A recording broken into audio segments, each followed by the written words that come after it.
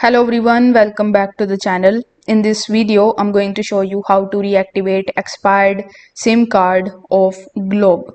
So in order to reactivate an expired Globe SIM card, you will need to visit a Globe store and then you can request the reactivation potentially after paying a reactivation fees and a new plan and refill charges. So here is how you can basically do it. First of all, if your Globe SIM card has expired, it will be permanently disconnected and you can't reactivate the SIM card online through other channels. You must visit the Globe store. There might be a fee associated with the reactivating the SIM card, so you will have to pay that and you will have to recharge your SIM.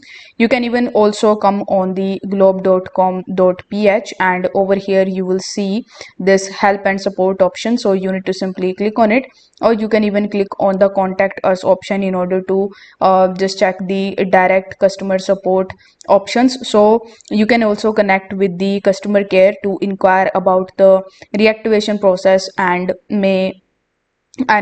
any type of associated fees. So if you want to know more about it, make sure that you come on globe.com and try to connect with the customer support. If this video helped you out, give it a like and subscribe to the channel. Thank you so much for watching.